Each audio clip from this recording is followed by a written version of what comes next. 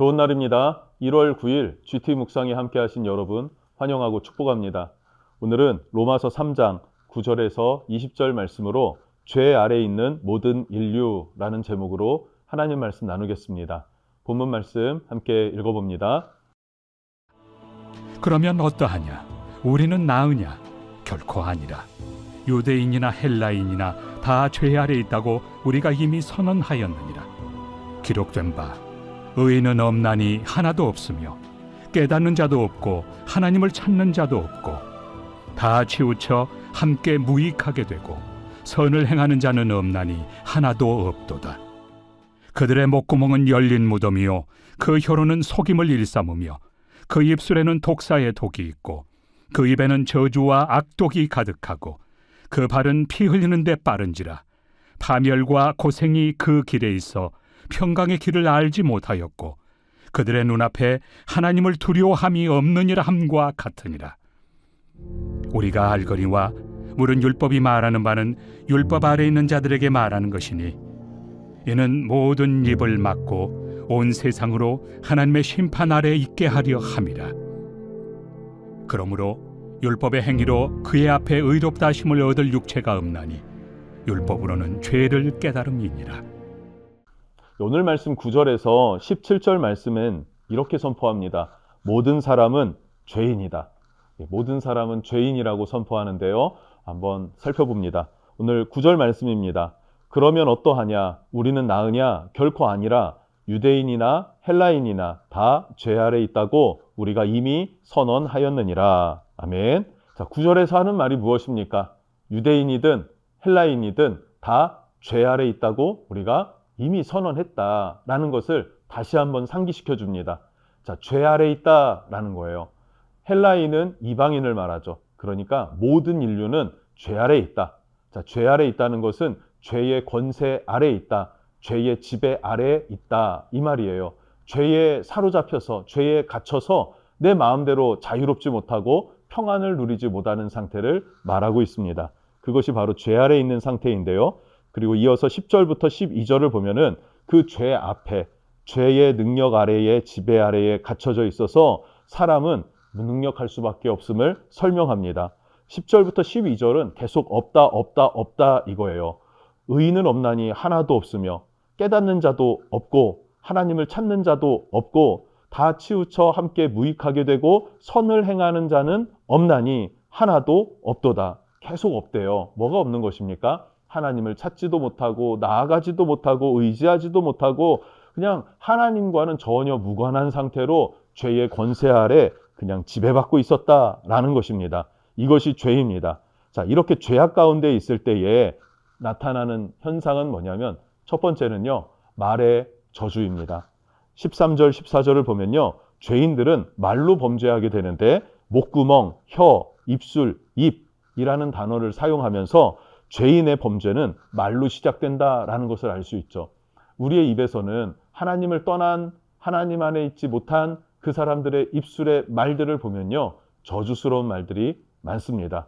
단순히 욕도 있겠지만 저주스러운 말들도 많고 누구에게 통제받지 않고 그냥 자유롭게 그냥 의식의 흐름을 따라서 저주를 그냥 내뱉는 그런 말들이 많다는 말입니다.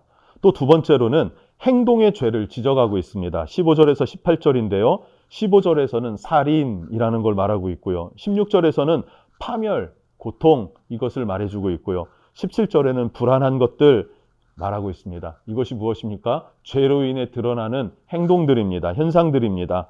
죄인은 적나라하게 이렇다라고 사도 바울은 설명하고 있고 이것이 바로 죄의 영향력 아래에 있기 때문이다라고 말하고 있습니다. 자, 이런 죄 가운데 있는 사람들을 바라볼 때 하나님의 마음은 어땠을까요? 심히 아프셨을 것입니다. 사람을 처음에 만드셨을 때 심히 좋았다라 그랬어요. 그런데 그 인간이 타락하고 죄의 권세에 짓눌려서 아주 고통 가운데 빠져 있습니다.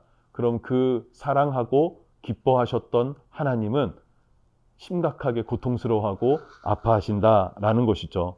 그래서 우리는 우리를 구원하기 위해서 예수님이 십자가에 매달리신 것, 우리 그걸 믿지 않습니까?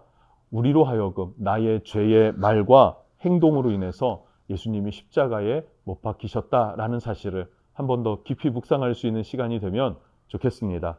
자, 이어서 18절부터 20절 말씀에서는요, 이런 죄 가운데 빠져 있는 사람에게 하나님이 주신 것, 그것은 무엇이다? 율법이다. 그 율법의 역할을 먼저 설명해 줍니다. 율법의 역할은 무엇입니까? 율법은 구원의 능력이 없습니다. 그저 인간으로 하여금 나는 죄인이구나 라는 것을 깨닫게 하는 거울의 역할을 합니다. 내가 죄인인 줄을 알까요? 모를까요? 몰라요. 왜요? 내가 내 얼굴을 볼 수 없으니까.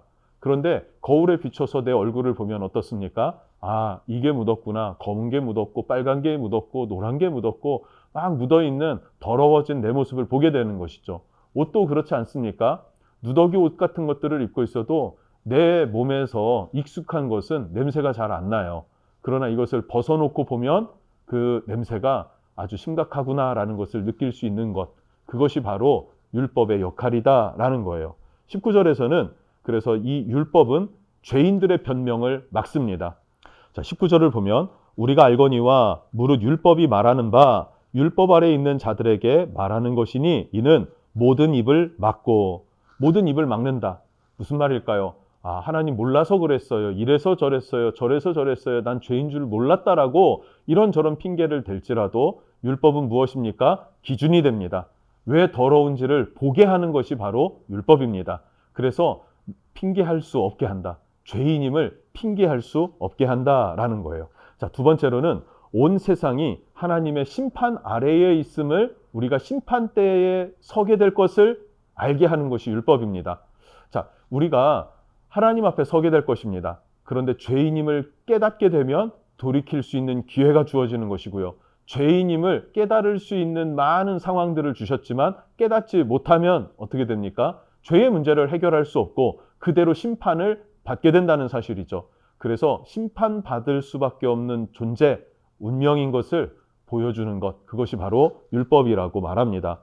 자, 마지막 세 번째로는 20절에 있는 말씀인데요. 사람이 스스로 의로울 수 없다라는 것을 깨닫게 해주는 역할을 율법이 합니다. 한번 읽어보겠습니다. 20절입니다. 그러므로 율법의 행위로 그의 앞에 의롭다 하심을 얻을 육체가 없나니 율법으로는 죄를 깨달음이니라. 아멘. 율법을 어떻게 지킵니까? 행위로 지키는 것도 한계가 있어요. 단순하게 할례를 행하라, 행할 수 있죠. 단순하게 안식일을 지켜라, 지킬 수 있죠. 그러나 그 모든 율법을 일생을 살면서 다 지킬 수 있다? 그것은 사람에게 불가능한 것입니다. 불가능한 율법을 통해서 깨닫게 되는 것이 무엇입니까? 아, 나는 죄인이구나. 아, 난 이걸 다 지킬 수가 없구나. 아, 나는 한계가 있구나. 라는 것을 깨달으면서 결국 율법은 죄를 깨닫게 하는 도구가 된다. 내가 죄인임을 깨닫게 하는 거울이 된다라는 것을 말해주는 것입니다. 자, 그럼 마지막 결론으로 오늘 말씀의 교훈은 무엇입니까? 오늘 말씀이 주는 메시지는 사람은 스스로 의로울 수 없다, 행위로 의롭게 될 수 없다라는 거예요. 스스로 의로워지고 스스로 구원받을 수 있는 인간은 단 한 사람도 없다라는 것을 깨닫게 하는 것, 그것이 율법이다. 그런데 유대인들은 착각하고 있습니다. 율법으로 구원을 받을 수 있다. 그래서 우리는 안식일도 지키고 할례도 지키고 11조도 지키니까 그러니까 우리는 구원받는다라고 생각을 하지만 율법을 받아서 알기는 알았지만 제대로 지키지 않았거든요. 안식년도 지키지 않았고 희년도 지키지 않았고 안식일을 범한 날수도 많았고 이들은요 온전하지 못했어요. 그럼에도 불구하고 그것이 무엇인지 안다는 것을 지킨다라고 착각하고 의롭다라고 착각하고 살았던 것이 유대인의 착각입니다. 율법의 역할은 뭐라고 했습니까? 죄를 깨닫는 것. 유대인들도 자 봐봐 율법 너희가 지킬 수 없어 라는 것을 깨닫게 하는 역할. 이방인들도 너희도 이 하나님의 법을 지킬 수 없어. 왜? 죄인이기 때문에. 그 죄를 깨닫게 하는 역할. 그것이 바로 율법이었습니다. 자, 오늘 말씀을 통해서 우리가 꼭 깨달았으면 하는 것은 이것입니다.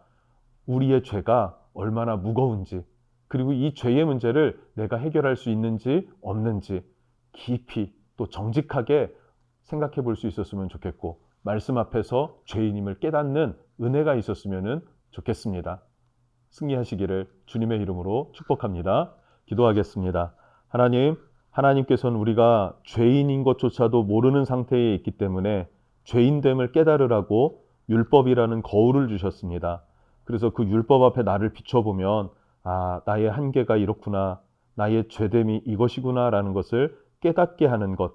그것이 하나님의 1차적인 사랑이요. 구원의 계획의 첫 번째 단계임을 우리가 깨닫게 해 주십시오. 그리고 내가 죄인임을 인정하고 하나님께 나아갈 수 있는 믿음, 주님을 의지해서 주님의 의를 힘입는 자 되도록 축복해 주십시오. 예수님의 이름으로 기도합니다. 아멘.